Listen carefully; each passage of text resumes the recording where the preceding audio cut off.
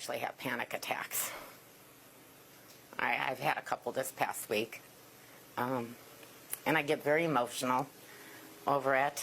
I don't want to work anymore, but I can't afford to retire. So there are several reasons why I believe she's crying, but let's start with the part she feels but may not be able to quantify. According to the Joint Economic Committee, the newest figures are out, and every American household on average is paying more than $3,100 a year under Trump's policies. And those numbers are not going to be coming down, even if oil prices come down and tariffs are eliminated. None of that's going to come back to us as prices coming back down. So what is she to do? She's one of the 4 functionally unemployed Americans. We have a record-breaking number of functionally unemployed Americans today. 1 in 4 Americans are working, but they're working at poverty wages. And before they started having to pay an additional $3,100 a year, they were already struggling. This makes it that much worse. I believe she's also crying because she's now starting to see the light, and she's panicking because she expressed her concerns to her rabid Trump family and friends. And she was met for the first time with the reaction we're all familiar with. She was condemned. She was judged for daring to say one negative thing about Donald Trump and the MAGA movement. And that's making her freak out even more because she knows it's not a matter of enough Trump supporters getting angry with their financial situation that they're going to vote to make things better. She realizes this is a cult, and these people she knows are willing to lose everything to support Donald Trump and own the libs. There's a lot more behind her panic than what she's letting on to. Yep. I voted for Trump 3 motherfucking times. I've taken so many fucking arrows for this dude. It's insane. And it's impossible to defend his position right now. You know, when he gets on TV and he says, someone says, hey, you know, are you worried about the economic impacts and the hardships that are happening with the working class person? And you say, no, all I'm worried about is Iran not having a nuclear weapon. Bro, you lose so many people every time you say that. And it's becoming more and more apparent and more clear that you have the interest of a fucking another country over the interest of the people that you were elected to serve. The consequences of our choices don't show up overnight. Sometimes they arrive when we last expect them, and when they do, they change everything.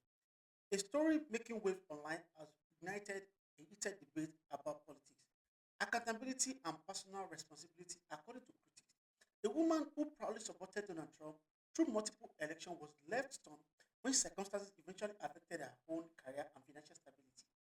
The controversy has sparked intense conversation across social media, with many asking a simple but powerful question: can the policy and political movement we support eventually come back to impact our life?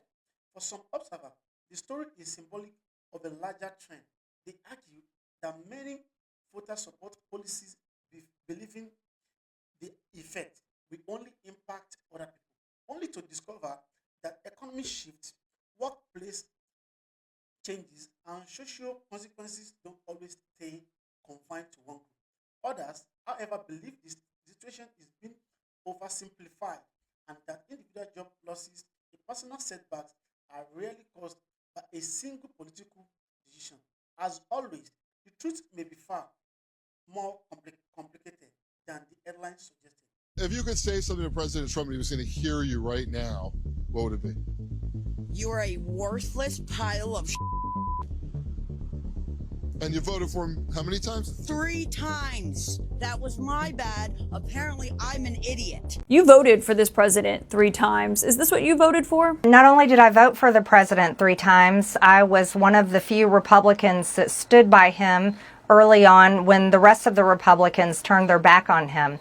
I also campaigned all over the country for him and attended many of those rallies where the campaign promises were no more foreign wars, no more regime change, and putting the American people first. Caitlin, those are the things that I believe on and have stood on in principle, not only in principle, but by actions as well. I never voted to fund Ukraine. I never voted to fund any of the foreign wars, and I worked hard to get rid of foreign aid and funding foreign governments and foreign people. That's what I believe in. However, it is concerning to see what's happening and the direction that the Trump administration is moving in. We can say, thankfully, that Maduro has been arrested. We can say we're happy for the Venezuelan people, but we can also look to all the regime changes before in Iraq and Libya and Syria, and we said the same things for the people of those countries.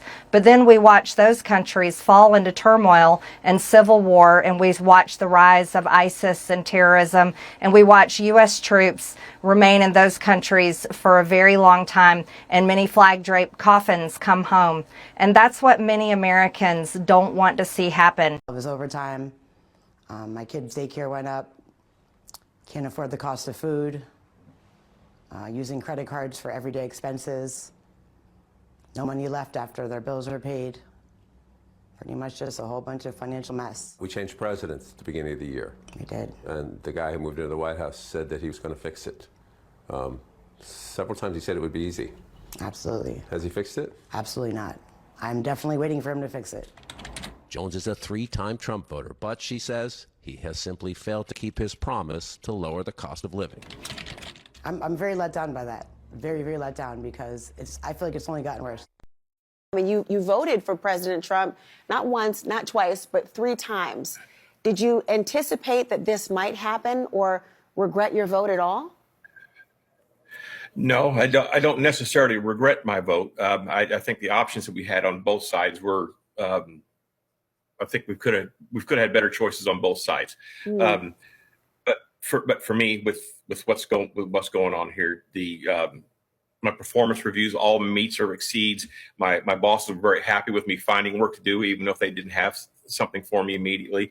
And with my particular job, between education, training, and compliance checks, we were able to recover far more revenue than the cost of keeping me employed. So when you think about the premise of DOGE and that it's trying to root out fraud and wasteful spending, do you think that this approach will get to that with your particular job or your agency?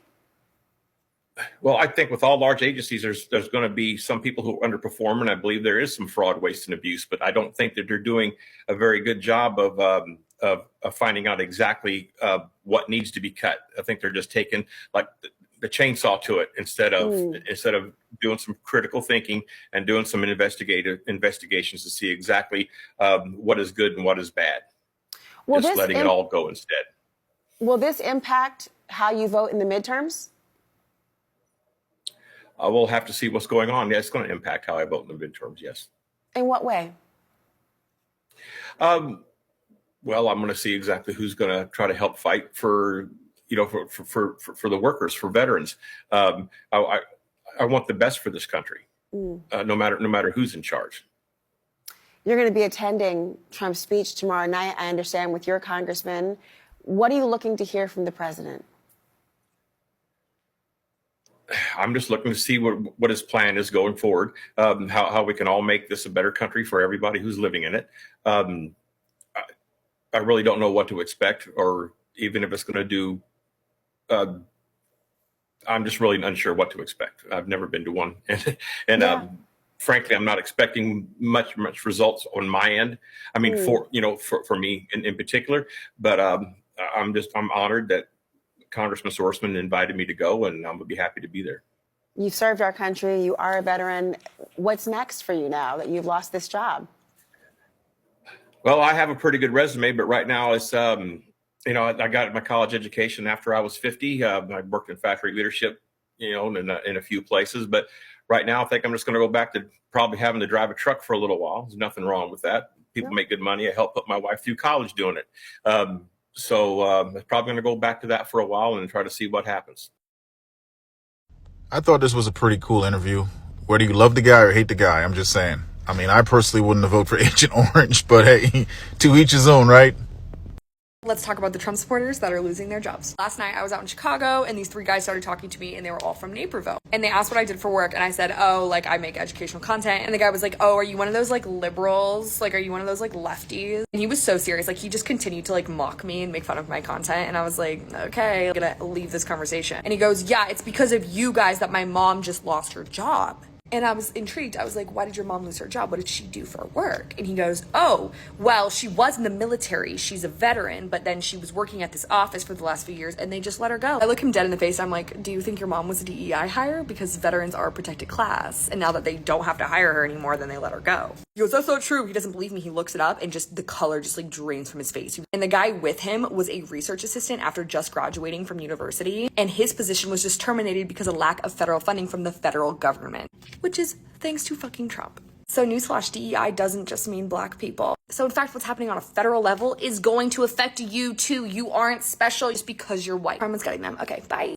Before we continue, I want to take a moment to thank every one of you watching today, no matter where you are joining us from around the world. Your support, your comments, and your willingness to engage in this conversation are what makes this community special. I appreciate every single one of you for being here.